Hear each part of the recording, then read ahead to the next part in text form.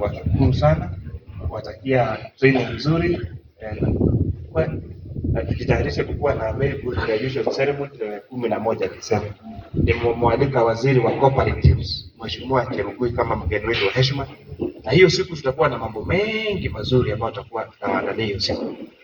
Tutawaletea financial service providers, kwa sababu mara mingi pengine ungetaka expand ukulima wako, pengine ungetaka kuongezea pedigree ng'ombe, au pengine ungetaka kujenga mjengo wa kisasa, na saa zingine wakati unaenda kutafuta mahali kwa kupata hizo pesa unapata hakuna. Si ni kweli?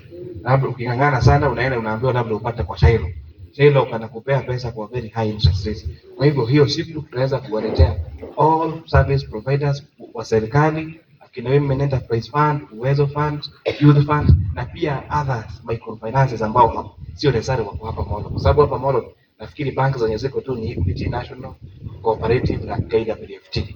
Lakini kuna very many other cooperatives ambao wako willing kuja kukopesha pesa kwa wakulima at very low interest rates. Hiyo siku tutawapata pale kwa uwanja ili wewe muende mkaongee na wao, muone vile mtasaidiana hiyo to expand family yako, yuko na pesa kwa mfuko.